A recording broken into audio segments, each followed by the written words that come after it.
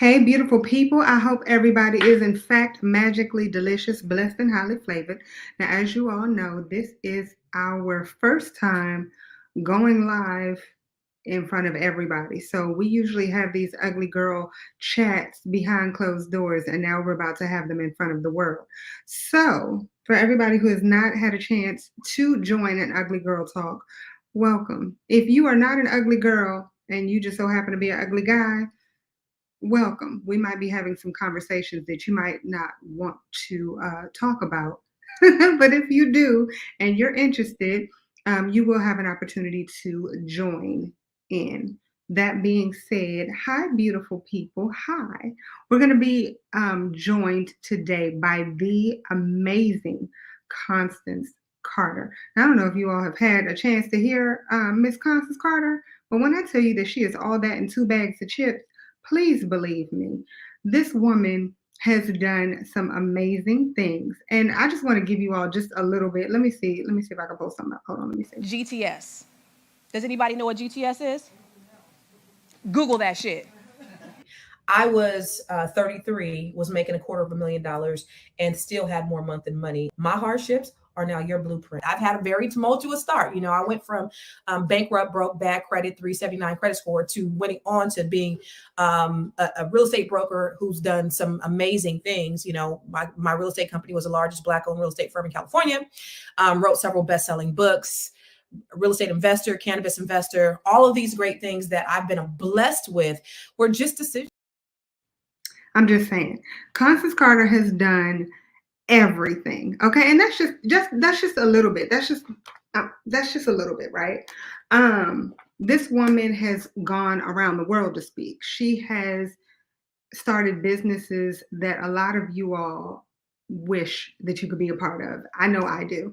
And she works with a lot of beautiful women and help them grow their money and not blow their money. That is a Constance Carterism. And I want her to tell you a little bit more about who she is. So please, please, please welcome to the chat today, Miss Constance Carter. Oh my God. Oh my gosh, oh my goodness, it is you. Hey, beautiful. Oh my God. I didn't know you were going to do an intro like that. April, I'm going to cry. Girl, It's bye. amazing. I cannot with you. I cannot. You know what I can do? Not.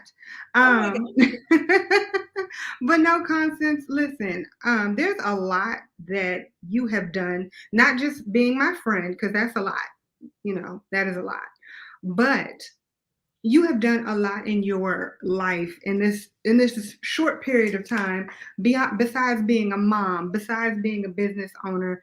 What do you feel has helped you to get to a point where you are creating generational wealth for you and your family? What was the part that got was to say the last part? What was that thing that pretty much what was the thing that kind of catapulted you into the direction of being able to create generational wealth for your family? What was You that one thing? I tell you what, when I started out, like I just always wanted to help people. So I've always done things to simply help people. That's been the thing that's kind of been my driving force in life. When I was working in corporate America in IT, what got me over that 2 hour commute each way every day was, okay, I'm helping somebody. And so that's kind of how I built my business. So when I got into real estate, I got married at 22, had a baby at 23, purchased our first home at 23. It was a horrible experience. It was a really bad experience. We had a terrible agent. She didn't take care of us. We lost money. We lost, we were young and we didn't know any better. And what I wanted to do is I wanted to help other people to be able to get in positions like me because I was told that I would never buy a house. So I wanted to show people that it was possible, but I didn't want people to have the same experience. I know that it could have been better. So I always just wanted to serve. And I remember the first email that I sent out to like all my friends and family. It was like, "Hey, everybody, I got my real estate license and I can help you." And then I remember somebody emailed me back, and I still have the email to this day. They said, "Why did you get into real estate?" And I was like, "I just want to help people." And at that point, I just, I had one child, and I just wanted to, buy diapers and pay for daycare and help people to do what I felt like something that changed my life. and it just kind of built from there. It was very simple, just helping people. But that's what kind of motivates me. That's what gets me up and gets me going, is helping people. That's it. Serving, helping. So it sounds like you came from humble beginnings and you decided that you just wanted to make a difference in the lives of others. Impact. Yeah. Okay. What was that turning point? What was that one thing that made you realize, oh, I've made it. I'm where I need to be. I'm going in the direction I need to be going in. Okay, so those are two very different things, because I don't feel like I've arrived or I've made it as of yet. I do feel like I'm on track, or I'm going into the direction, just by simply by doing and walking in the things that I really want to walk in, and doing and living the life that I want to live. But it's really the direction. It's just like, am I able to serve people? Are people being inspired? Are people being impacted? Are people's lives being changed? And if that's it, whether it's on a large scale or a small scale, then that's it. Like, if if I could just help one person, then my life is complete. So that's what it's about for me. And the money is a byproduct of that. And I'm not even trying to sound humble. I'm not even trying. It's not like no cliche. This is not no BS. This is real freaking life. When You I know, I'm sorry, I don't mean to cut you off. no, But it's always people who are doing the damn thing that say, it's not about the money. And so, was there ever a time when it was about the money? I told you I just wanted to buy daycare. I mean, buy diapers and pay for daycare, and I just wanted to be able to feed my family. It wasn't about abundance necessarily, although, as I've grown over time and I've learned that abundance is something that I can have, and it's my birthright, and that I could tap into. Then those are things that I strive to kind of have, just by virtue of being able to create a life that I want to live, to be able to get up when I want to get up and go where I want to go and do what I want to do. Um, that was a byproduct, but initially it all started from helping people. Yeah, I mean, listen, yeah, money don't mean nothing to people who got it, right? People who got money always say, "Shit, money don't mean nothing to me." It ain't. No, it is. You need money in order to help somebody else. In order to make an impact, I need money. In order to feed my family, I need money. If I want to get up and go and have that freedom, if I want to go on vacation, if I want to go to a Beyonce concert, I need money. So that those things are very true. You need it, but it happens from a place of service. And I think if you can really just like serve people, the money's gonna come. It may not come when you want it, but it's gonna come on time. Well, I'm gonna have to disagree because I know a lot of people who, when they say it's not on time, it's late. Uh, And well, so, the church says, the church says it's right on time.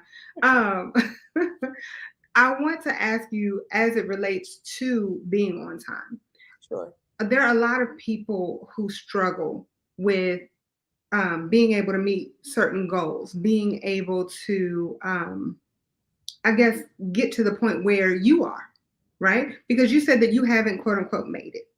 All right. I beg to differ. And I'm sure a lot of other people would say they beg to differ. I mean, Dennis is on here. He says B1. My niece Haley, hey. Jean, hey. Hey, everybody. But with all of the people that do struggle to not be exactly where you are, what do you think the first thing they should do in order to start? What's that one thing that they can do every day that can potentially change their life? The first thing is just setting the intention. It's the mindset. Once you've made a decision, God is going to put all the right people, all the right things, everything is going to start to come together once you've really made a decision in your mind, right? But it's the intentionality. Me and my son were talking about that the other day, being intentional about the things that you put your mind to, or the things that you want to do, setting that intention. That's the one thing. You can ask me everything else, but the first thing is the intentionality is really just setting in your mind something that you want to do. So you set that goal. You Mhm. say, I want to be a broker. So we're going to follow in Constance Carter's footsteps. No, you know what? No. I want to own a cannabis company. The first thing that I do is I set that intention. That's all I did, is I set the intention. Really? So That's talk to all I me. did. So I was sitting at this is alignment, right? So going back to, so I've filed bankruptcy. I had a 379 credit score. 2009, I filed bankruptcy, and I was making, almost $250,000 a year. And during that time, I was like one of the top real estate brokers at the time. And I couldn't even buy the houses that I was selling to people that were 400,000 that were now $50,000 or $100,000. And I couldn't take advantage. And so I decided at that point, there's never going to be a time in my life where, there's an opportunity that presents itself that I cannot take advantage of, or something that I really really really want to do. I had the wrong mindset. I had a broke mindset. Everything that came in I spent. So I had more month than money. I didn't have, I had all this money coming in, I had more going out, and so I couldn't take advantage of opportunities. And I was sitting at a conference with this gentleman one time, and I can't remember the brother's name. He's my Facebook friend now, but he owned a bunch of Five Guys somewhere in the South or the Midwest. And we were started talking about cannabis, and he was educating me. He was like, I really want to get in the game. Brothers have been, losing, a lot of time. They've been serving a lot of time for things that white men are making millions and billions and trillions of dollars on. And I think we need a seat at the table. And I was like, yo, I want a seat at the table. And so this was something that I really just set my intention, right? I set my intention on, this is something I wanted to be an investor in. And the what I did do is make sure that I wasn't spending all my money. What it did make sure is that I didn't have more month than money. I made sure that if an opportunity came to me, then I would have an opportunity, or I have the ability to invest in it. And somebody called me up one day, was like, hey, I got a line on the cannabis opportunity. And I said, how much of a check do I need to write? I already knew it was something I wanted to do. Mhm. And it was a 6-figure check, and I had the ability to write it, because I was not just in the right place at the right time, right? Because she called me, and we made it happen, but I was the right person Mhm. at the right Mhm. place at the right time, which was a different differentiator. And so that was the thing about, that cannabis thing. I didn't go, I'm just an investor in that space, right? But I didn't have to go and get the licensing, and I didn't have to go and do this and do that. I set an intention. I made myself available to be able to be an investor, and that's how that happened. I love the fact that you said you made yourself available. I Mhm. think that that's the biggest problem with a lot of people, is that they don't make themselves available to success. Right. And so, yeah, we will say how many things that we want to create and how many things that we want to do, yet we don't take that first step. And you took the first, second, third, fifth, 12th step, and now you are being extremely successful. So I want to talk to you a little bit about the Net 7. Um, Talk to me about what it is.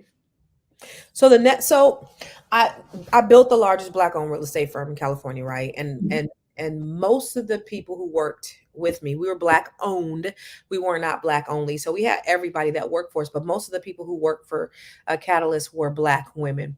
And I helped everybody, including the black women and the white women and Hispanic women, the Asian women. I helped everyone, and men too. But I You can't looked at, forget the men. yeah, can't forget the men. I didn't look at real estate like everybody else did, period. Traditionally, I didn't look at real estate when I first got into it like, I'm going to call 100 people, get 10 appointments, close 2 deals. I didn't look at it. I looked at it as though I'm helping transform someone's life. So I created a business, a sustainable business, on helping people to create their wealth portfolios, or create a wealth plan, so that it could be sustaining, help you, not only you, but your mom, your cousin, your auntie. And so I started to attract people that had the same mindset. Mhm. That wasn't just the traditional, I'm gonna go prospect and I'm gonna go knock on doors and I'm gonna call people, but it was really around how to be more transformational rather than transactional, right? So help people create these great businesses, and we had this great synergy. And so as I started to look at, what I really wanted, in the beginning, you showed my TED talk, which was, it's called Google That Shit. And so Love it. yeah, Google that shit. So it was really around how to close the wealth gap. It was really around the things that we could do, because there was an article in Forbes that said by the year 2053, Black median wealth was going to be a 0, while our white counterparts continued to increase. Ours was on the trajectory to decrease. And so I gave some solutions that I felt that could help to close a wealth gap.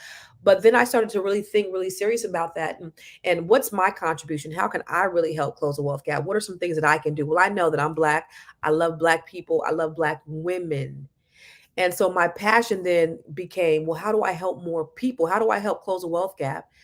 Well, you do it through women. There's an African proverb that says when you teach a man, you teach an individual, but when you teach a woman, you teach a nation or you change a nation, right? Women, I believe, are the gatekeepers or they're the doors to be able to really make an impact to close the wealth gap. I think we are the ones that are going to be closing the wealth gap. I really do believe that. And so when I thought about the Net 7 Collective, I thought about how can I help women. So what I'm doing is I'm helping women from all over the country. It's so beautiful, April. I'm helping women to really look and see what is their intellectual property, what is that thing that they do really well, and I'm helping them to build sustainable businesses. I'm helping them to basically do everything that I've done, really to duplicate me in their own way. Right. So, what is that thing that you do well? What are you the subject matter expert in? How can we create some passive income streams for you? How can we generate other revenue over here? How can we create your business? How can we fund your business so that you can start making more income? Mhm. And so it's a 12-week coaching session mastermind that I have with women from all over the country. They're accountable. What I really feel like, though, is my responsibility because I'm pouring into them. I'm bringing other people, all of my friends who, charge thousands and thousands of dollars to speak to people. I'm bringing them in to talk to the ladies. But I feel like my role in the entire thing is the gatekeeper of the synergy more so than anything, right? So I'm the gatekeeper of the culture and to make sure people feel safe and inspired and empowered. So the information doesn't just come from me or my peers that I'm bringing in, but it's coming from within. So the women are also feeling empowered and inspired. So the biggest thing for me is like seeing the women like helping each other. Like we're in a session and somebody's talking and somebody else is saying, hey, I think you should do this. And then they create a whole business around it, or we brainstorm together to help one another. It's so freaking dope. Well, I've had an opportunity to actually sit in on one of the meetings that you all had, and when I tell you, I agree, it is extremely dope. So, what I saw were women who had no idea what they wanted to do at all. They had no idea what they were quote unquote good at. And then all of a sudden, they went from not knowing where they wanted to go to starting businesses to pushing each other to growing together. And I'm like, wow, I got all of this from one meeting. Imagine if I was able to be a part of every meeting. So just FYI, I did join. So I'll be in the next group, you guys. And so I just wanted to put this out there. If you do have an opportunity, please go to ConstanceCarter.com so you can join for the next one. Because I promise you, it does change your life. And I want to get back to, I wanted to make sure that I touched on that because of how awesome it is and how the person that I was able to check out was talking about how she created her own Black Wall Street. And, so just to put it out there, when she said that she has people who are speaking, who charge thousands upon thousands of dollars to speak, that is not a lie. So definitely, if you can join, please join. I wanted to go back to generational wealth because, of course, these all tie in. Generational wealth means wealth that is passed down from one generation to the next. You'll also hear it called family wealth or legacy wealth, right? And when it comes to passing generational wealth, I will put it out there that as it relates to your children, that's a big deal for you as well. Oh my God. Yeah. And so being able to purchase a home for two of your semi-adult children, one completely adult, one still in college, being able to purchase homes for them to help them to build generational wealth. Also, being able to have a child who knows how to grow their money through the stock market, you were able to teach that. So I want to talk about how you did that with your children. For all the people who have kids out there, please listen. Listen, one of the biggest, I would say, blessings out of everything, right? So, out of everybody that I've been able to impact or talk to or share with or whatever, the biggest blessing is the kids, man. The biggest blessing is them, me, the things that I teach, that I've taught them being manifested. Like, that's everything. You could tell, I see so many, like, I don't want to say this because I know a lot of pastors and preachers, but I see a lot of like people who have, positive influences, or they're leading people, or they're pastors and they're preachers, and their kids are wow, Mhm. right? Their kids are like the opposite, have run away from whatever it is that they teach. And so it makes you wonder, well, what was really going on inside that household if they're not adopting the things that their parents are, are preaching and teaching. And so for me, I would say, for me, the biggest compliment that I have is that my kids have adopted it, and me seeing that I got four. Two of them, the two adult ones, and the other two, I'm praying. So, I'm 50% now. So, I'm not speaking too soon, but at least, but all my kids are amazing and dope. And this is what I tell. Let me get off real quick. This is what I told my middle son yesterday. I said, one thing I could say about you guys, um, and all they're beautiful and trifling and lazy and wonderful and amazing and all of those things. Look at, there go one trifling behind me right now. We're live too, so they can see you all up in your bonnet. One thing that I can say about them, though, is when they go out in the world, they represent me well.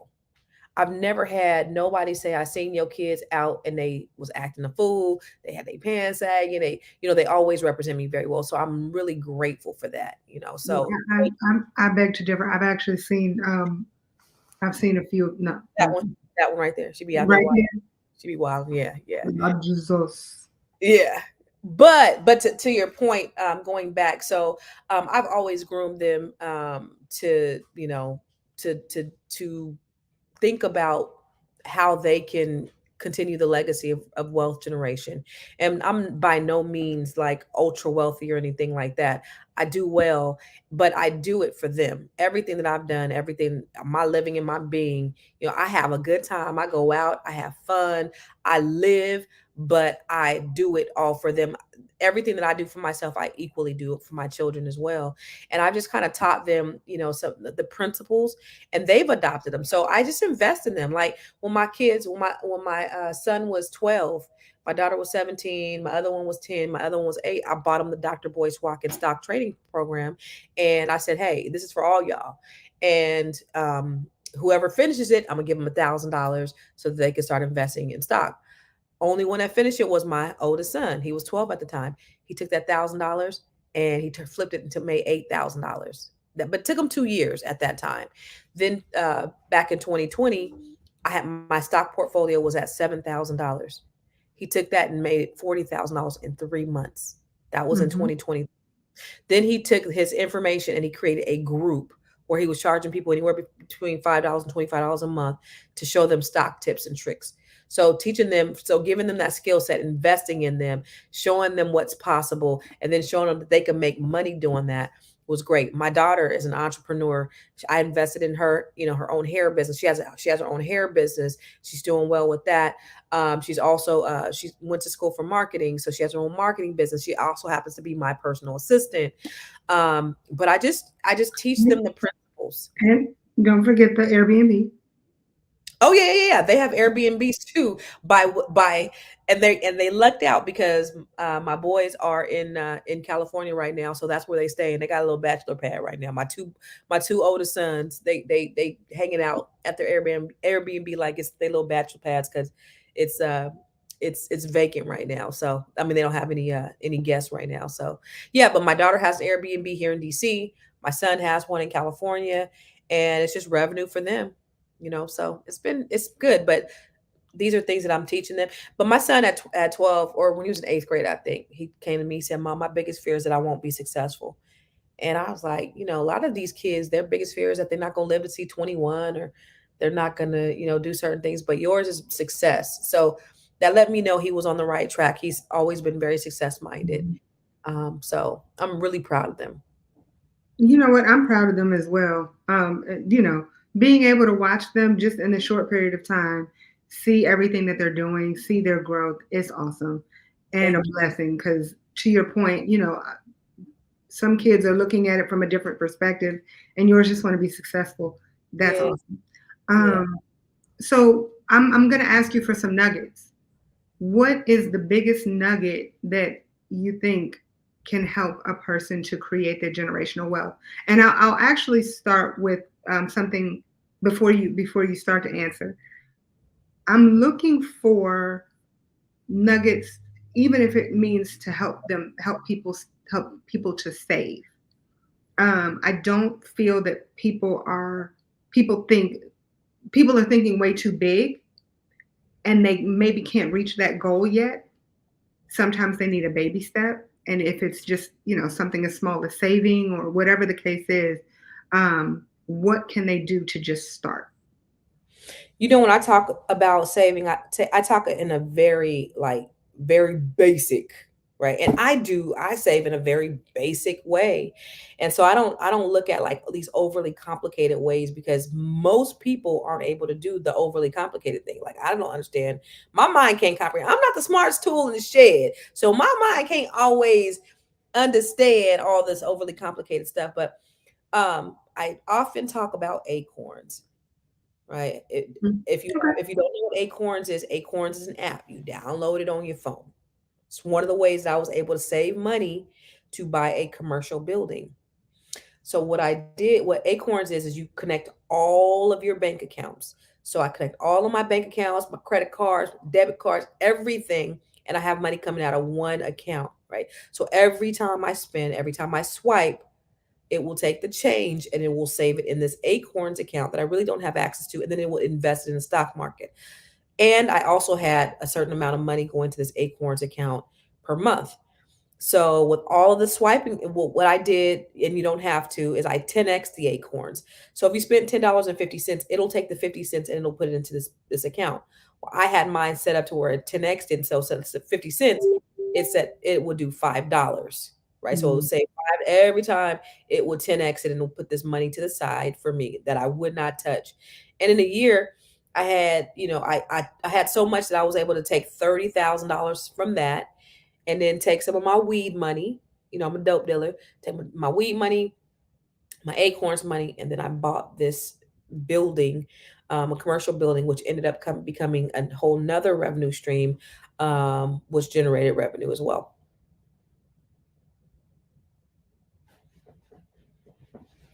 Camille Davis loves Acorns. Yeah, I'm sorry, and I was on mute. I'm sitting here having a conversation with my whole self, honey. Um, First of all, the fact that she loves acorns, I actually love acorns. Now, I've never put it on 10 times, honey, maybe two or three. Oh, Okay. Because absolutely. the way my bank account is set up. um, But as long as we, you're saving something, right? Because that's the thing. People, they'll try to overdo it and then they'll end up taking the money out, but just something that you don't really pay attention to. okay, okay. Hold on. Let's see what Dennis is asking. Dennis is asking, what is your depiction of an independent entrepreneur, and what would be your approach to that walk of life? What do you mean? I can't answer that question. That's Dennis's question. What is your depiction of an independent entrepreneur? And what will be your approach to that walk of life? So I was an independent entrepreneur. So if you look at the cash flow quadrant, right, you have your four levels of people. You have your employed, right? So your employed Mhm. person is a person who takes their time, who trades their time for money. They go to work every day, they come home. There's a limit to the amount of money that they could take. There's a ceiling. It's based upon their job, that's based upon their boss, right? Then you have your self-employed person, which is your entrepreneur, your self-employed person, which you also trade your time for money, but there's no limit to the amount of money you can make. So that will be your independent contractors, that will be your real estate agents, your hairdressers, your independent doctors, your independent lawyers, people like that. You can make as much money as you possibly can, but there are limits to how much you can work because you're trading your time for money. And then there is the business owner, right? That's what we want to kind of go to. You have the business owner, Mhm. and they're the person who trades other people's time for money. So when I became the broker and not the real estate agent, I became the business owner. So you Mhm. either have other people trading their time for money, or if you don't want to do all that, you have other systems and processes in place that allowed you to yield money. Right. And So that's what I teach my you- ladies. I teach my ladies to how to become the business owners without having people that work for them. Well, if they want to have people that work for them, that's fine. If they don't, then we create processes that generate revenue. And the fourth thing, which is the ultimate thing, is you want to become an investor. And that's when you take your money and you use your money to make more money. Mm. That's, I think, a piece that so many people miss when they are starting out in business is that they have to constantly invest in the business or invest the money that they're earning. Because what will happen is they'll take the money, instead of them paying themselves or instead of them paying the business or growing the money for the business, they splurge. And they're like, well, I got this extra money. I'm about to go buy me a brand new car. Mm. Honey, when I tell you how many people that I've seen. So let me really quickly pause for a second. For those of you who don't know, I know the majority of you know me as an entertainer, a singer, right? And outside of that, I'm a real estate agent. But before all of that, I was in banking for 250 years. I remember back in the day, a young lady, her grandmother passed away, and she got an extra, let's say $400,000 that was all for her. So because she was so young, they had to split it up and put it in a trust and allow her to have this money over a certain periods of time. That being said, by the time she hit her first period, all that money was already spent. This child had no money. So by the time I want to say she was about 25 years old, she had no money. She bought her boyfriend a car. No, she did not buy a house. No, no, no, nay, nay. She got what is it, a souped up apartment for she and her boyfriend. Ladies and gentlemen, please do not do that. Put your money in a place where it can grow. And so a lot of people, when it comes to starting businesses, that's how they work it. They get a couple $100,000, a couple $1,000, and they move that money right into a new car that is not going to appreciate. They don't move it into a house, or they don't move it into actually purchasing their own their own building, their own structure. Speaking of, you recently sold a business. Maybe not. No? Okay. So, no, I was just playing. That was a joke.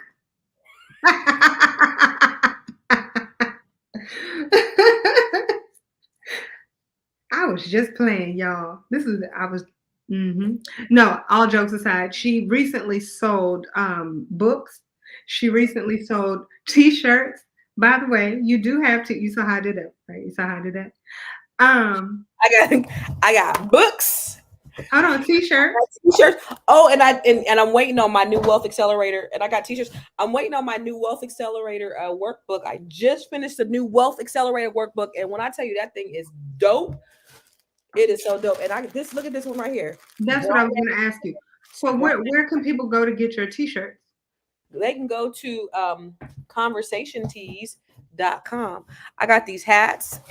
Love God, hustle hard, live good. Okay, but that's another way, ladies and gentlemen. That's another way for you all to start your own business. It's You another revenue stream. Listen, the Bible says that you should have 7, no 8 revenue streams in Wait, case. does it actually say that in the Bible? Can we It talk? did. It did. Where? What, Deuteronomy? Wait, Ecclesiastes 11:2. It says you should have 7, and then it said no 8 revenue streams in case a disaster strikes the land. What happened in 2020? A disaster struck the land. So I got books, I got t-shirts, I got hats, I got workbooks, I got real estate. I got okay, go ahead. Do the rap. Do the rap. Yeah, that's how I have to do it. I'm a bestseller, house flipper, a businesswoman, a go-getter, a big investor, a gold builder that can teach you to get richer like millions, baby. You really should. Yeah. I'm gonna talk about you later. Ladies and gentlemen, everybody who's everybody who's everybody who's on here right now. I would like for you to do me a quick favor. Please go ahead and hit that like button. Also, please share because I'm noticing that the numbers are not as high as they should be. So go ahead and share this. There are a lot of you all should have a whole bunch of friends that you would want help grow their money and not blow their Blow money. their money, because if they blow their money, it ain't a damn thing funny. You see how Constance just comes up with all of these things. Ours. I'm right. Okay, so also, ladies and gentlemen, she Thank you, is a Draca. rapper. Dog. Thank you so much. She's a rapper as well. So y'all didn't know that she spits bars. She rips and she rhymes. She rhymes and she rips. Let me hear you freestyle real quick, April.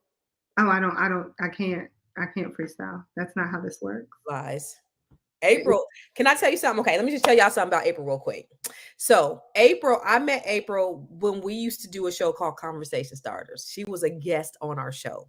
And I hadn't heard her. My co-host had seen around the area and was like, yo, she's dope, CC. And I was, you know how you could just mute people? Well, like that is the best part about this. They don't have to see. Now I can bring them back and we're back. See how I did that there?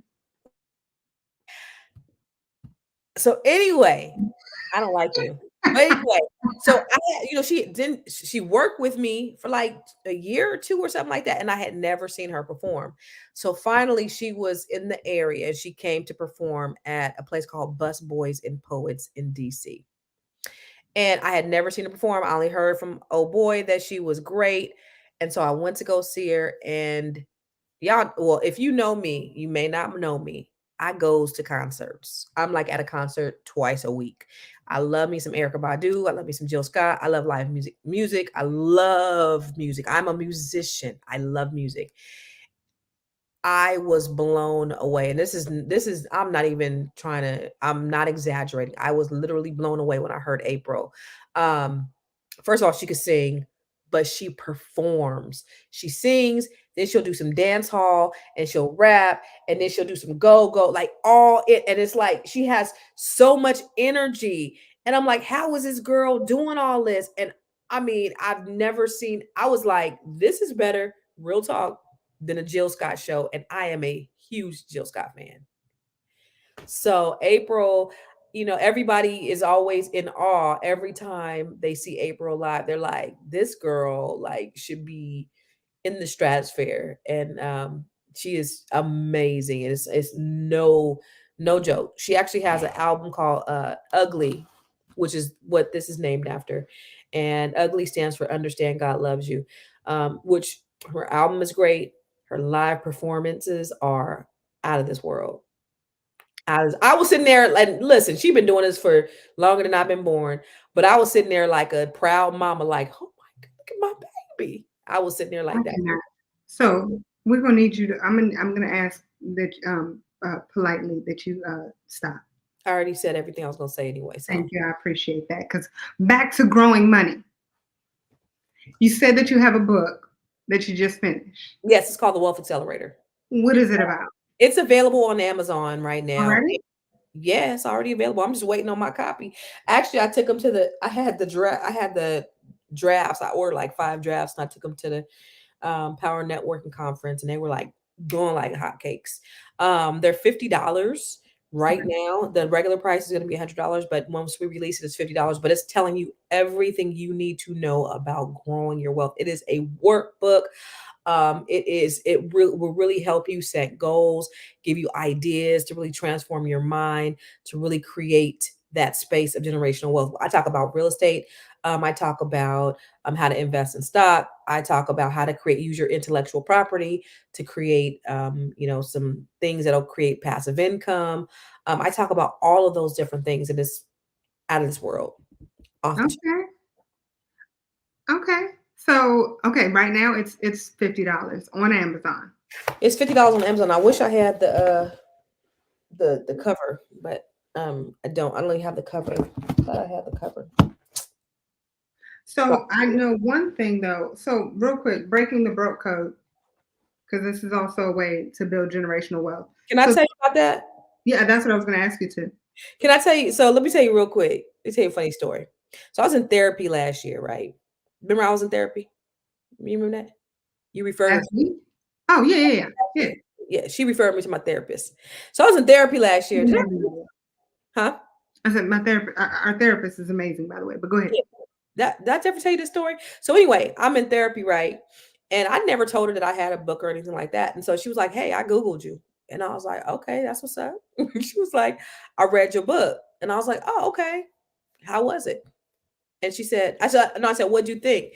And she said, "I'm thinking, why are you here?" And I'm like, "What do you mean?" She was like, "You have all the answers in your book." And I was like, "Okay." And I hadn't read my book in like 2 years, right? I wrote it, but I hadn't read it in a while. And she goes, "Your assignment, I want you to read your book." Oh, And I was like, "Okay." So the next day I read the book, or maybe it was after the maybe it was after our session, I read the book. And this book changed my life. So I'm reading, right? I'm like, "Girl, you wrote that." I'm patting myself on the back. I'm like, I'm crying. I'm like, "Dang, like it changed my life." And it was great. And so, really what I want to say, and that's a true story, but what I want to say is like, a lot of times we have these things in us that we know to be true, but when we're going through certain things, we forget the things mm. that we know. Everybody has this inside of them. And I just happened to put it on paper, and I had to remind myself that, all the things that I know, the principles that I know, I had to remind myself. And the book was great, and it brought me back to the things that I know to be true, the principles I know to be true about life, about transformation, about growth, about healing, about all of those things. The principles I know to be able to live my best life are in that book, and it just had to be reminded. So it was a great book. Can you share one principle at all? So just so people just can you? If not, it's okay. I mean, they do have to go buy it, but I could tell you what broke means, or I could tell you the 5 steps. no, you know what? Tell us what broke means. Broke is an acronym. What does it stand for? Mhm. So broke, the B in broke is belief, right? So we are, a lot of us Black people especially, we are believers. We believe in God. We believe in ourselves. We got the highest self-esteem out of everybody in the world. We believe in ourselves. Mhm. But a lot of times we don't believe that we deserve certain things. And so, if we are children of the Most High, we got to understand that He owns everything. He owns a cattle on 1,000 hills. That means He owns everything. And if we are heirs to the King, then that means we are also entitled.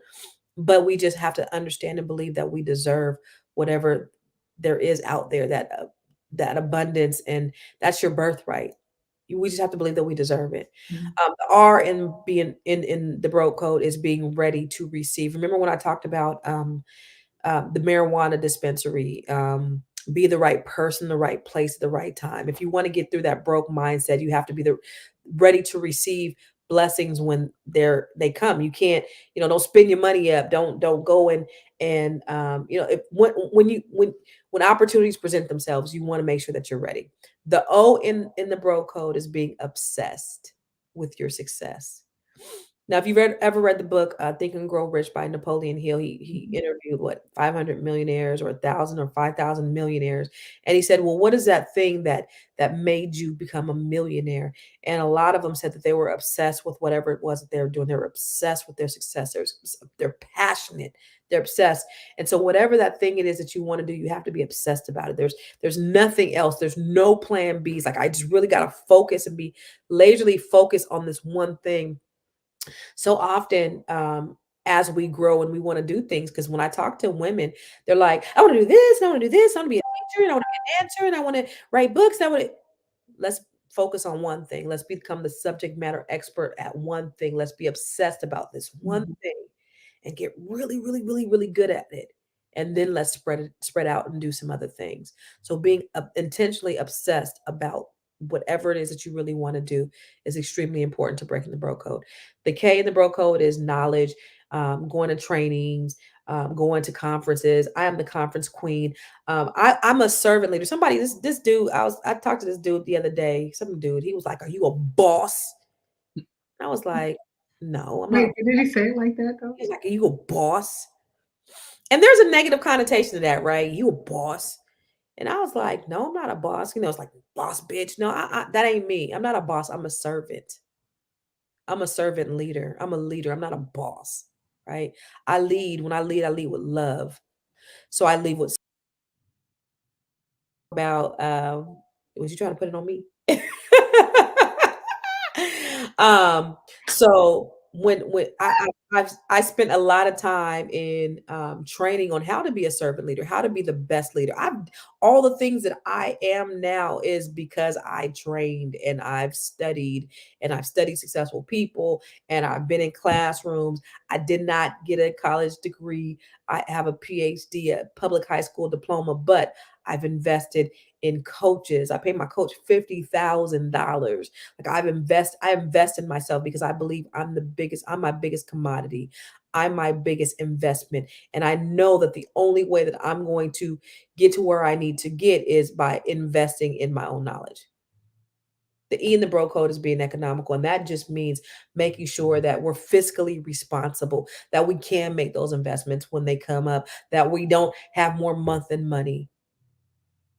That's the bro code. That's how you get out of the broke mentality, is believing that you deserve it, being ready to receive the right person, the right place at the right time, becoming obsessed with your success, making sure that you're knowledgeable and making sure that you take care of your business fiscally and economically. Um, I want to talk about two of those if it's okay. Absolutely. Ready to receive. I don't think people pay enough attention to the fact that they have to be ready to receive something before they receive it. Ooh. So I talk about Steve Harvey often. Steve Harvey talked about the fact that he had a broke down car in his backyard when he was a kid, and he wanted to get a new car. He wanted one that worked, and he kept saying, "Ma, I'm about to get a new car." And she's like, oh, "Okay, well, you still have that crappy one in the back." And so he'd go and make money, and he's like, "Mom, I made a couple hundred extra dollars. I'm just closer to buying that new car." And she's like, "Oh, but you got that crappy one still in the back."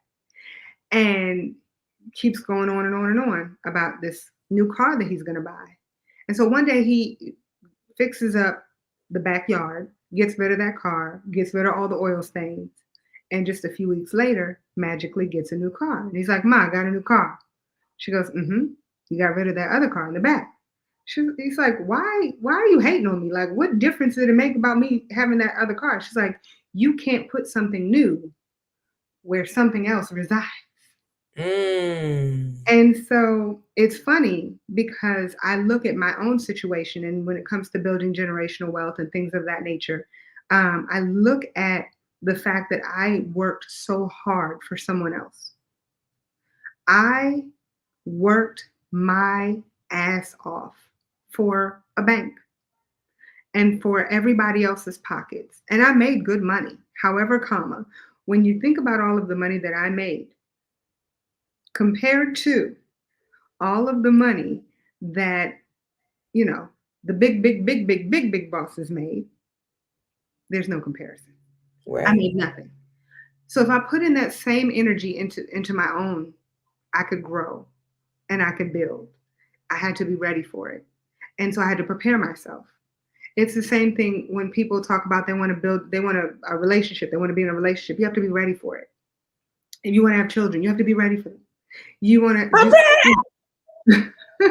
all of these things you need to be ready for. Um, so yeah, just putting that out there. So I love how you said that you have to be ready to receive. Um, and also knowledge. So for some reason, ladies and gentlemen, boys and girls, people and peepettes, people for some reason believe that once they hit a certain age, they don't need to learn no more.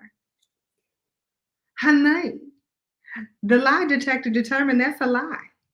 So why is it that we've stopped learning? And I love the fact that you said that you have a coach. Um, So I wanted you, if you don't mind, to share that story about who was it? Was it? It was Oprah and Lisa. Oh yeah, yeah, yeah, yeah, yeah. T. Harv Eker said the three most dangerous words in the English language is "I already know." Mm. If you already know, then how can you grow? And there are so many people that think that they've arrived. I don't need anybody to help me. I don't need, and that's the reason why you're stuck and stagnant and ain't growing as it is, right? But yeah, Lisa, who was one of my coaches at the time, Lisa Nichols, one of the things she said is she said when I was on Oprah, during the commercial break, Oprah said, "How many coaches do you have?" And she said, "You notice she didn't ask me if I had a coach. She asked me how many coaches I have."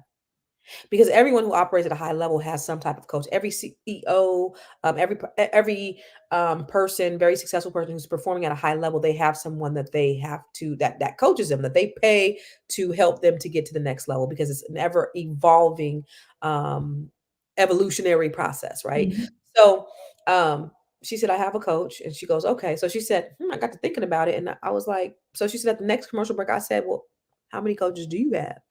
And she said, "Oprah said I have 3 coaches." She said, "You know what I did? I went and got 2 more." So, yeah, so I mean, if it's good enough for Oprah, it's good enough for you. The issue most regular people have is their inability to think beyond the now, and their willingness to invest in themselves. I don't have a problem in investing in myself. I was at the Power Networking conference, and just by fluke, me and my girls went down to go smoke a cigar in the smoking area, and there were people down there smoking. There was a lady that was there that had a program that it was of an interest of something that I really wanted to do. The program costs, a few $1,000s or whatever, and we talked in maybe 10 minutes. I went ahead and signed up for a program.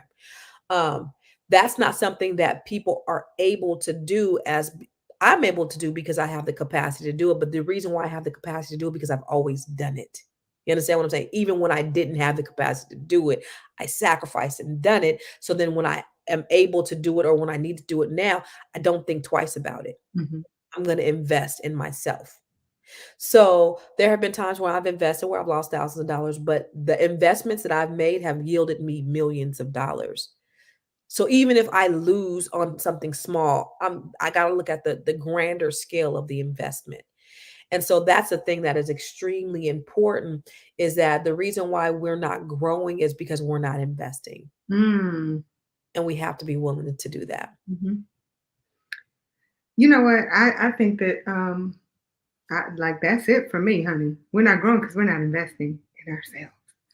Why? Like how? Do it. And I'm gonna say this.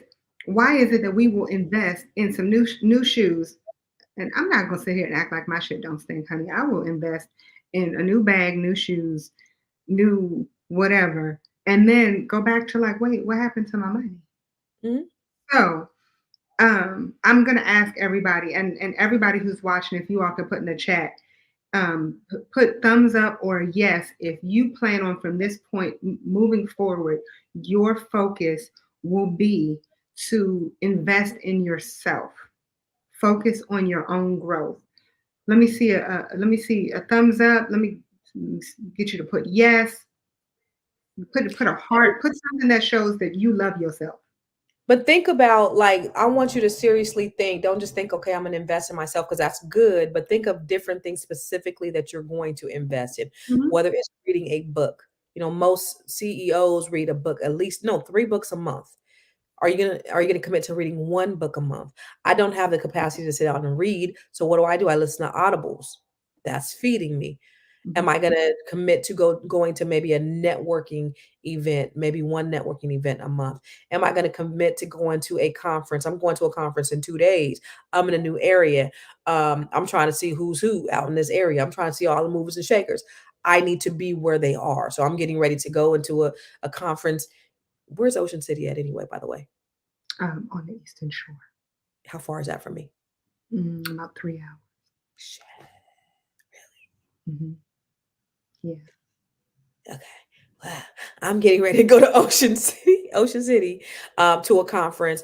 But again, that's me, and I just signed up today, and I was like, oh, this is expensive, more expensive than I thought it was going to be. But I am investing in myself, and that's a constant ever. If I look at the investments that I've made in myself. I've invested well over hundreds and hundreds of thousands of dollars in myself, but I made millions, right? So I'm okay with investing $50,000 in my coach if she's helping me to make $1 million. Mhm. Drop in the bucket. So are you willing to invest, a book a month or $500 a month or $1,000 a month if it's going to yield you a great return? But the Absolutely. return has to come with you doing the work because faith without works is dead. So you got to, don't just put the money out there because people have said that to me. Like when I interview people for the Net 7 Collective, people have offered, I want to join your collective. I don't really want to do this and I don't really want to do that. And You didn't want to join it. I've turned them down.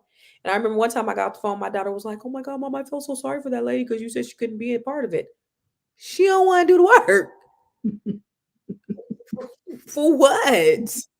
Right? So that investment, there has to be some work that's coupled with it in order to for you to achieve success. And for me, I'm so invested in these ladies that their success is my success. So you're not gonna walk away from nothing that got to do with my name that says, "Oh, I ain't getting nothing from that." No, absolutely not.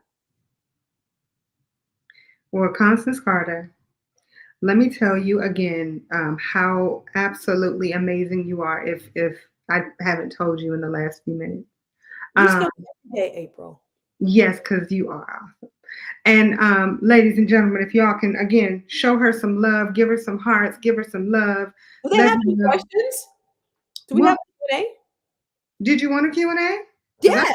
I thought I kept you here for far too long. Ladies, gentlemen, people, look, I know this is ugly girl talk, honey, but everyone, if you all have some questions for the Constance Carter, go ahead and put them in the chat. Let's talk. I'm ready to talk. I'm Oh, up okay, now. look, I I'm up thought you. now. But okay, so while we're waiting for them to questions to come in, next, I'm sorry, 2 weeks from now, which looks like it's going to be the 28th. I just wanted to put out there that the topic of our Ugly Girl Talk will be when to walk away. So we're gonna have a therapist on, Are we and talking she about will. a job? Are we talking about a relationship? Are we talking No, it's just when to walk away. Thank you so much, Karen. When to walk away, just in general. Sometimes you need to walk away from a job. Sometimes you need to walk away from a family member. Sometimes you need to walk away from your spouse. that nigga? Sometimes you need to walk away. So it's funny. I was in a singing group. I guess I wasn't in the group. I sang background. Y'all, I'm not a background singer. Let me put that out there. She's a front. And huh? I said she's a front ground singer. Yeah, 100%. And it's so funny because that was one of the songs I had to walk away. So anyway, we're going to be focusing on when it's time. When is your time to walk away? So we have a question from Draca. How did you develop your work ethic? That's a good question. Oh, She. my daughter and I were just talking about that today. That's crazy because she was like, because we're in DC, and I don't necessarily have an office here, so we kind of work from home. And she was like, "Mom, um, did you notice that? Did you notice that when you were more productive when you work from home rather than or work from the office rather than work from home?" Not for me though, because what I do is I create a to-do list every day, and I have to think about all the things that I need to do, and I write them down. And just having that guide to help me to kind of get through my day, it helps me to be productive. The work ethic, it just working in corporate jobs and seeing how these companies were structured. One of the things, I was talking to a girlfriend the other day, and she was talking about how the culture here, how how these people, they'll get these employees, they'll use them, they'll spit them out, they won't take care of them and things like that, right? I want to see you, April. I don't want to be looking at myself because I want to have a conversation with you. Thank you. You're the best. So I was talking to this lady here, right? And so she was telling me about the culture, and this might not be true, but I guess this is maybe true of the industries that she's worked in. Like these people, these bosses, they were like, they don't care about their employees. And I said, that wasn't my experience in the Silicon Valley, at least, right? In the Silicon Valley, I worked for these great companies, and they're very employee centric companies. They were their culture was all about the employee, the employee first. We want to make sure that we keep a good morale, to keep, them working hard, because we understand if people are happy, they're going to work harder for us. We're going to have low turnover. People are going to stay. They're going to be loyal. And so the way I built my businesses was the same way. I learned how to be a leader by the classes that I took, but I also learned by just watching in corporate jobs that I was in, and I was really blessed to work in the Silicon Valley. So when I created these businesses, I made sure that I inspired people to let them know that, Catalyst was not about Constance. I didn't name it Constance Carter Realty. I named it Catalyst. This is your company. I want you to feel empowered and inspired that this is you, that you can make a difference, that your voice matters. And the same with the Net 7 Collective. These women feel empowered and inspired to be able to voice their opinions and make a difference in the lives of others. So it's really dope. But I attribute that work ethic and all of that stuff just from my experience. And those were necessary building blocks that really helped me, for sure. Dennis, I can't hear you, April, but Dennis, black is beautiful. I wanted to add to Wait a that. minute, Dennis, are you the one that I saw in DC at that rally? I was at a rally, and me and my daughter were at a rally, and this guy came up to me. He was like, "Constance Carter," and he was like, Was it Dennis? Maybe, possibly. Oh, I was surprised that somebody in DC knew me. Okay, it wasn't him. I was surprised somebody knew me. But, being on Voices platform, a lot of people come up to me sometimes. I'm going back to your work ethic though. I wanted to talk about your door on your car. You talking about me being embarrassed? And the reason I say that, and I want people to understand, is because I think that people fail to realize that adversity really does make you who you are.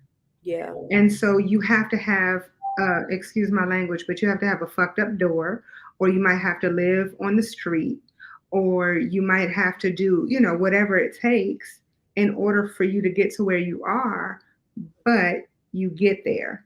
Yeah. So I wanted to kind of talk about the fact that you had that door situation for those people who might be there and not believe that there is a way out. You know what? And I want to talk about the fact. Do y'all see how she just took over the show talking about, April, I need to see you. I need you to be on here. That's fine. No. That's what we're doing now. I don't want to talk about myself. I don't look at myself. Look, I'm just messing with you. I mean, listen, you have a beautiful face, so people need to see you. So back to your car. So listen, I did not come from I came from very humble beginnings. Like, I'm just a roundaway chick from San Jose, California. We had 19 people living in a 3-bedroom house for a family of 5. Like, it wasn't like that. My parents, in my book, The Secret to Break, Keeping Score, I talk about how I used to overhear my parents overhear them talking about their bad credit and what they couldn't do, what they couldn't have because they had this bad credit. And I didn't know what it was, but I just knew it was ruining our lives. So I wasn't raised in, I didn't have a silver spoon. I didn't know. I wasn't taught financial literacy. I wasn't taught business. I wasn't taught anything. And so when I started real estate, I had 2 cars. I had this Sunfire, this green Sunfire. What is it? Pontiac Sunfire. It was like the paint was like fading. And then I had this Ford Windstar minivan. Sometimes it worked, sometimes it didn't. I didn't have the best clothes. I was just new. I was 26 years old, had a baby. We had sheets on the windows for the first year. Like, we were struggling, hand-me-down furniture. It was by no stretch of the imagination to a place where a lot of these people that are young coming out and they cribs be laid. Our crib was not laid. So anyway, I had this raggedy Ford Windstar minivan. Sometimes the door would fly open. I had this couple in from Oakland. I'm showing them around in the area. And so I was like, shit, they want to ride with me. Okay. And that's back in the days when people would ride with you, right? I don't think people are riding with people now. But the wife was in the front, the husband was in the back, and sometimes that door would fly open. So I'm turning the steering wheel, and I look in the rear view mirror, and I see the husband back there holding on for dear life because his door didn't flew open, and he's almost falling out, and I was completely mortified. Like I was so embarrassed. But more than I was embarrassed, I was hungry. Like I was so hungry to be successful. I was hungry to buy some diapers and pay for daycare. I was so hungry to be successful that, I didn't let that stop me. So I overcompensated with my service. I made sure I was the best. I might not have showed up. My dad used to say one thing. My dad used to be like, because my dad was, when I tell you dirt poor, my dad didn't go to school until he was 8 because he was naked. When I tell you naked, like Africans in the jungle, he didn't have no clothes. They were so poor, he had clothes. It was like slavery where he was raised, like really. And so, but when he finally got clothes, because some Chinese people threw some clothes on their porch, they finally got some clothes. He said, we didn't have the best clothes, but I always made sure my shoes were shined. I always made sure I was really neat with what I had. And so that was extremely important. So I didn't have the best, but my dad always said, hey, no matter what, you might not have the best car, make sure the wheels are shining, make sure you clean, make sure, you know what I mean? So that's what a foundation that I had is that, I might not have a lot, but I just had to make sure it looked right. And so that's kind of what I did. Sometimes you have to get to a point where you can see it in order for it to happen. Yeah. And that's seeing it in your mind's eye. So you were able to see, you had a vision for yourself, and that was to get to the closing table. Yeah. By any means necessary. And I'm sure that those clients appreciated that. So Well, one of the things I want to say this, one of the things that you did a visualization exercise with me last year, and I tell you that was really transformational for me, and really, because I meditate and all that stuff, but you did an actual visualization exercise, which I thought was so dope. Would you care to share? well, yes, but not now. Well, not in that way, but just Oh, you mean what it is? yeah, no, yeah. I don't want you to walk Oh, them through I'm the like, whole process. No, but I want you to tell them like the process of the visualization. so what you're doing is you are taking yourself to a different level of consciousness, and you're focusing on what it is that you want to see for yourself. The problem is that the average person, I know it's going to sound crazy, and you all can judge me, and I don't care. The problem to me is that we stop teaching our children how to um, have an imagination, Hmm. right? And it's like as soon as you take away that imagination, you take away the opportunity for that child to see where they want to be or see what opportunities they have. And so with visualization, that's you actually putting that back. That's the way I look at it. So for me, I remember before I took my test in order to become a real estate agent, I'm dyslexic. For those of you who don't know, I am 100% dyslexic. I do not read the same way that everybody else reads. I have had this problem my whole life. And so one of the things that I did before I took the test was I saw myself pass. I literally saw myself walk in there. I saw myself take the test. I saw the questions on the test, and I saw myself like get excited and actually jump up and down screaming because I passed this test. I took it once, I passed it once. Yes, I'm very proud of myself. Woo, woo, woo, lights and alarms. Um, but I was able to visualize it. And you can use that for everything that you do, because if you can see it, then you can believe it. And if you can believe it, you can achieve it. Ooh. So Yeah. you kind of have to see it in order to make it happen. So look at yourself, see yourself living that lifestyle that you want to live. if you want to create generational wealth, see yourself create generational wealth. What is it that you need? See it. And you know what, April? Like, so a lot of I've been again, I'm the training queen. I go to trainings a lot, and I go to conferences, and I go to different things. I've been to Tony Robbins and all these, but all of these highly successful people, they do the same things. Mhm. They all practice the same things. And so the people who say that stuff don't work, those are the people who ain't really doing nothing. The people who don't want to put in that work to visualize. At the end of the year, remember I did a cleanse. Remember that? I did a cleanse and I fasted. Remember I did that Oh, fast? yeah, I do. And I called everybody. I said, did I still talk to you though? You did. I still talk to you? You did. You're the only person I talked to. Yeah. You and Vaughn. And your daughter. Did I talk to her? I think so. I don't think I talked to her. Well, I know that I'm 100% sure you did talk to me, but Yeah, so I think I talked to you and Vaughn. So, but for a week I shut everything down and I fasted, and like 2 days into my fast, I had this book that came, which I didn't even know was coming. Totally forgot it was coming. I think I got it on Instagram or something. It was called I Project remember that. Mhm. Night. Remember? And it was great. It was perfect timing, but it was like 2 or 3 days into my fast, but it was perfect timing. And the great thing about this book though is you read it, and then it gets to the work, but it tells you, it primes you before you get to it. It tells you all the things you need to know about manifestation and about why. And it speaks on biblical terms, and it speaks on just the way to really apply it in everyday life. And but what it did, one of the things, the exercise that it showed me, which today, like last year, if y'all don't know, I lost $1 million. Lost $1 million. But today it's called Project 369. Project 369. Mhm. yeah, Project 369. I lost $1 million last year, right?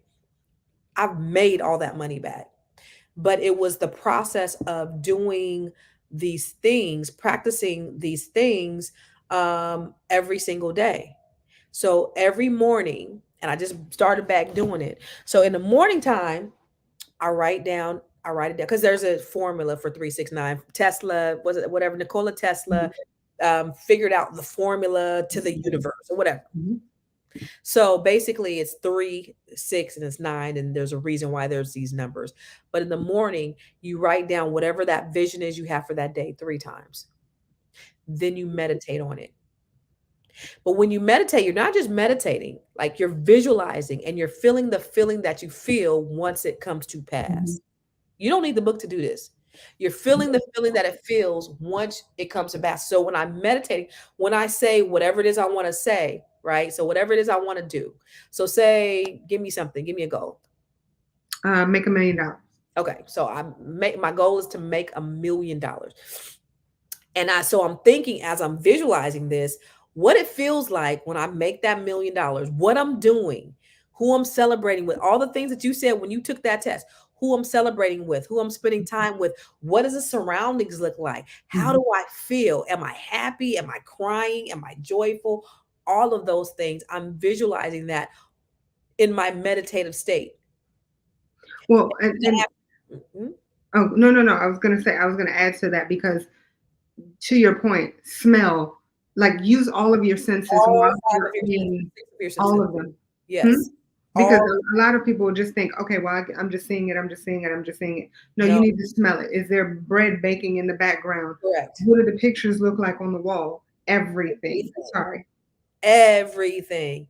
And then you do that, right? And so you do that 3 times in the morning, in the afternoon, 6 times. And then at night, you write it down 9 times. So 3 times in the morning, write down, 6 times in the afternoon. You visualize, take 10 minutes or 30 minutes, however long it takes you. If you only got 10 minutes, just visualize 10 minutes. The nighttime is the most important time. Why is it Mhm. the most important time? Because that is when your visualization kicks into overtime, because now you're going into dream mode, right? So don't watch TV before you go to sleep. Just write it down, and then you just repeat it over and over. Mhm. And you think about it. Now it becomes a part of your DNA while you're asleep. It becomes a part of your psyche while you're asleep. And all night you're visualizing this thing that you wrote down 3, 6, and 9 times during that day. Mm-hmm. And when I tell you my 2023 looks much different as a result of those things, it really does. But That's a blessing. absolutely. It's a blessing because there's so many Net people. 7 Collective, Brigitte. Hey, girl, hey. It's a blessing because I think that everybody who has actually done the work, and it's funny because we were talking about acronyms. I created one for my brokerage. I did a I guess an exercise with them, and I created WOW. WOW is to what is it? Work it, Okay. obsess over it, Okay. and win. Boom. So have that wow mentality. You have to do the work in order to get to where you want to be. And visualization is a part of that work. Sometimes you see these millionaires and they're just sitting. They're just sitting, and you're like, "Oh, God, they're not doing anything." No, they are. They're doing more than what you're doing. They're visualizing. Jason Fenwick, he was my business coach. He's an attorney. He's this dude, Jason Fenwick, JW Fenwick. If you don't know him, he's on Facebook, JW Fenwick. Met him at a business conference. He's from the DMV. He lives in Miami Beach now, but he lives his life on vacation. Mm-hmm. He lives on vacation. So instead of him doing, I think he was on vacation like 20 days out of every month or something crazy like that. Now he moved to Miami Beach so he can live like he's on vacation. But what he told me, he says, I spend 4 hours a day visualizing, doing just thinking, if I make $100,000 a week, now I want to make $200,000 a week. And what does that look like? Like, why can't it? James, oh my goodness, Lord Jesus. James, because I want to call him James something else. Anyway, James, I'm not even gonna say who he's with because then you're gonna know who I'm talking about, and then he's gonna look at me like I'm crazy. So anyway, one of the things that he was telling me is that that's one of the ways he met his wife is through like an exercise where every time, I think it was like every second, he had to yell out something that he wanted in his life. And, after a while, it's not that easy to just yell out things. In the beginning, it's like car, house, $1 million, this, that, random just things that you just think about. And then it goes to like, I want a bag of M&Ms. I want, you know what I mean? And then that's when you get down to the meat and potatoes of things that you really desire that are in your subconscious mind. Absolutely. And sometimes we have to dig deeper and go into our subconscious mind and see exactly what it is that we want. Why have we stopped doing that? We stopped doing that once we became adults. We stopped doing that because over time, so when you think about children, right? Children are so free. Children, they have no inhibitions. They just do, they believe, they think, they imagine. And over time, somebody has told them to stop. Yes. And they've stopped. And and that's us. Somebody told us that we can't. Mm-hmm. And those limitations that we never had on ourselves, now we have those limitations on ourselves. But imagine if nobody ever told us to stop, or if we never thought, if a tree had our mentality, an oak tree would never grow to 100 feet tall. Okay. So have you heard me talk about the lobster? No. Okay. So if a lobster went to the doctor, a lobster would never grow. Why? Because the lobster would go to the doctor and say, Doc, I'm feeling some discomfort. Because in order for them to grow, they have to come out of their shell. What would the doctor do? They would give them some pain medication. They would stop growing. Wow. Right? Yeah. A lobster has to grow. The only way a lobster can grow is to break its shell. Yeah. In order to break your shell, you have to go into a place of vulnerability, because if not, you can be eaten. Yeah. So I would dare to say, and I don't mean to cut you off, but 2023 was my year of being a lobster because I asked God for certain things. And in order for me to have those certain things had to happen in order for me to get there. They were uncomfortable. I remember crying to you, April Sampe. And knowing what was on the other side, because I know I know it just don't feel good. It's like, God, hurry up, but I don't want to have to go through this. Just let me, but you have to be uncomfortable. You What did have I keep telling you? what? What did you keep telling me? What did I tell you as it related to that? Which part? You told me a lot, Ninja. About just that you're going to be uncomfortable, and it's going to be the best feeling once you get to the other side. You're like, I don't want the other, I want it now. I'm like, Now. no, you have to No, go I wanted through it. it now. I don't want to go through this. I want it now. People don't realize you have to go through it. You can't get over it. You can't. When you get over it, you're just going to go right through it again. Girl, listen. So that's the biggest thing that anybody can learn from adversity is you have to get through it. You can't get over it. You can't just deal with it. I want to go through it. I wanted it to be done. And look at you now. Look at you now.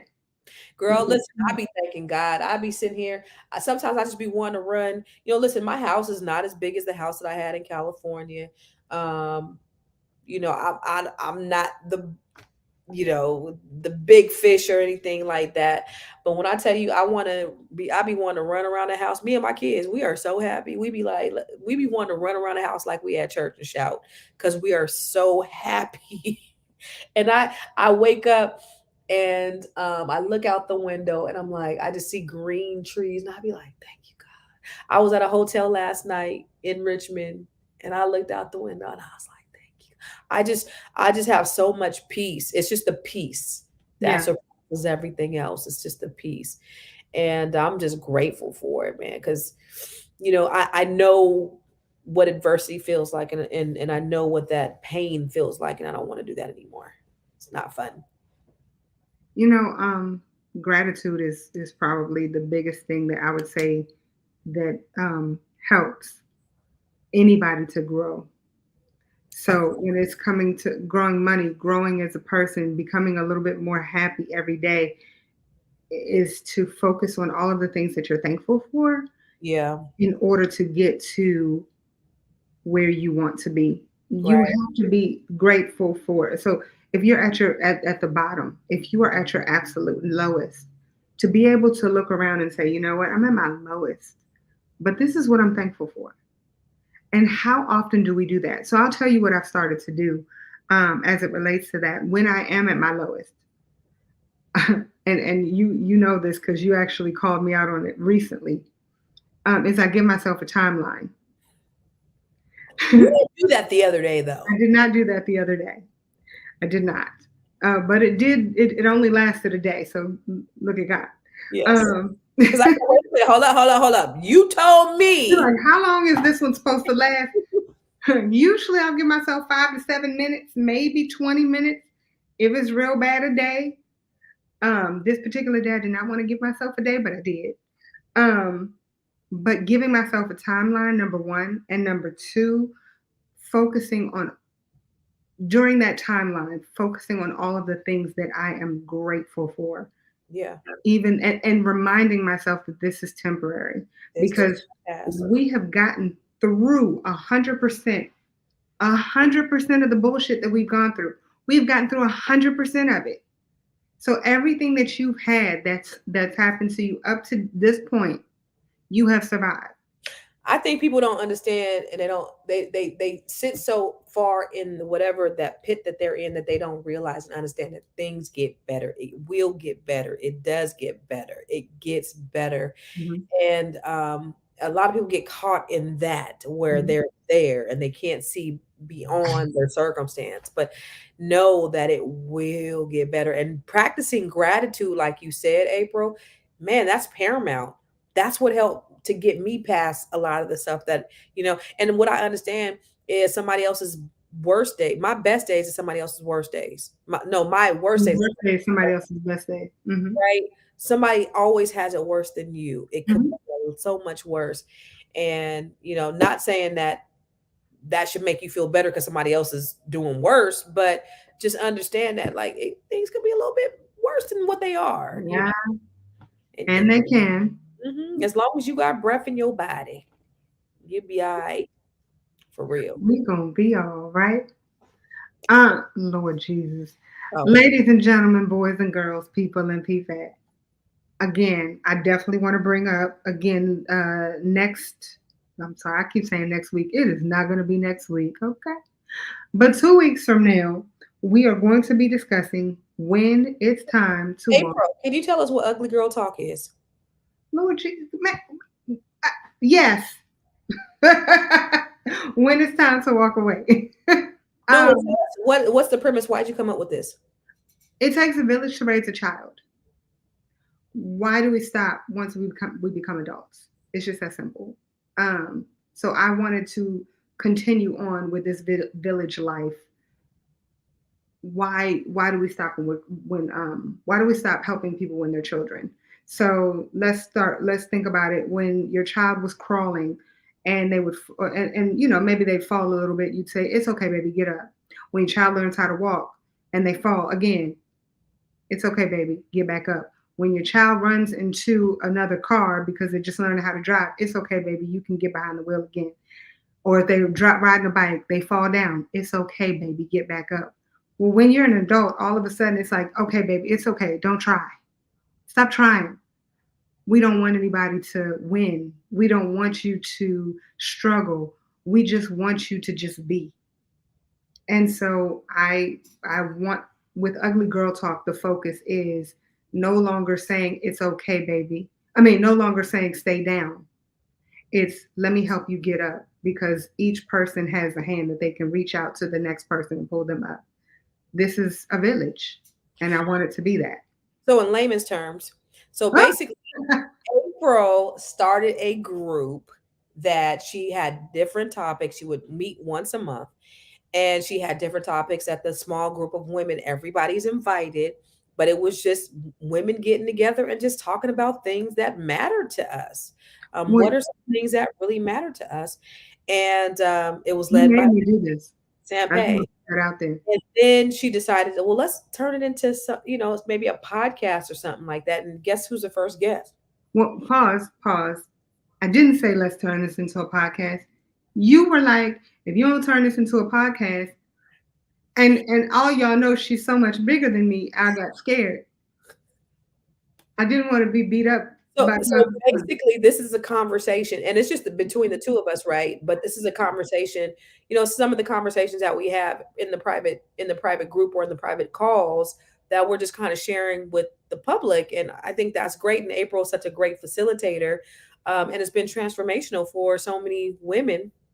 It's been great. So I'm glad that we're able to share your vision of having that village for women, to more people. So I think it's dope. Well, and thank you for asking about what Ugly Girl Talk was, because I don't even think I said it on this one because I'm so used to everybody already knowing what it is. So I appreciate you for that. Good looking out. And thank you for making me do this. So y'all give her some love for that one, because if it wasn't for you, we wouldn't be doing this on what today.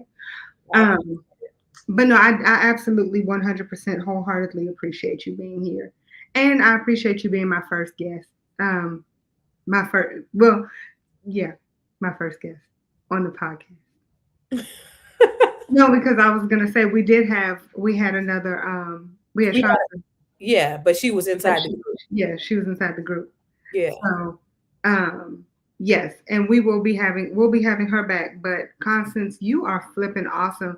Please make sure that you all support her. She was in the group. She was like, "What do you guys want me to ask Constance?" I was like, "These people don't know me. They don't care. They don't care nothing about me. Ask Constance. Who's Constance?" No, Yeah. everybody knows who Constance Carter is.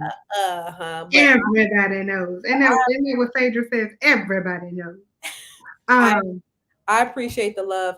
And what I want to just share with people or leave with people is that it's not just about wealth.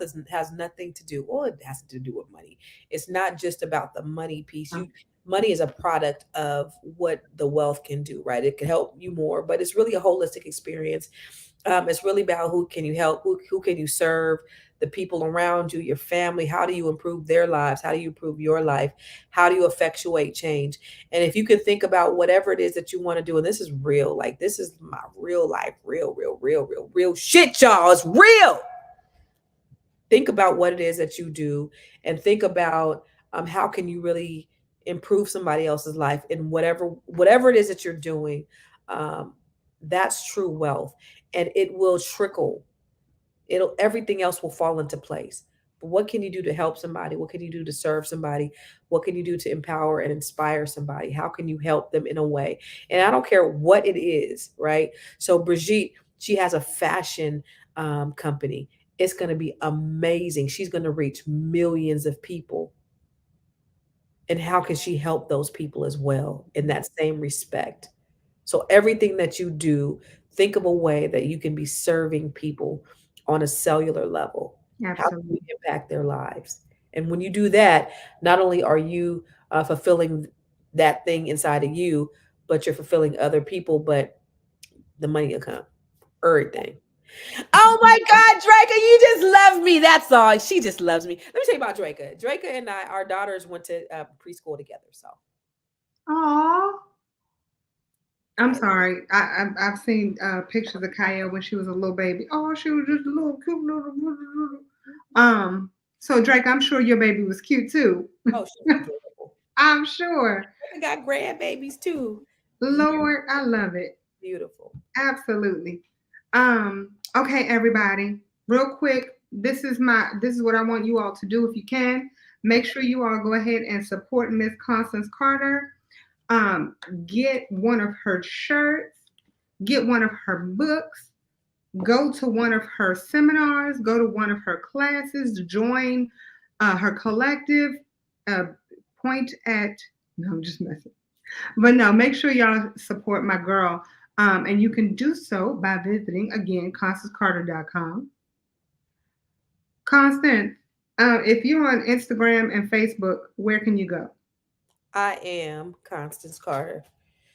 What happens What's if our you chat? Huh? what about YouTube?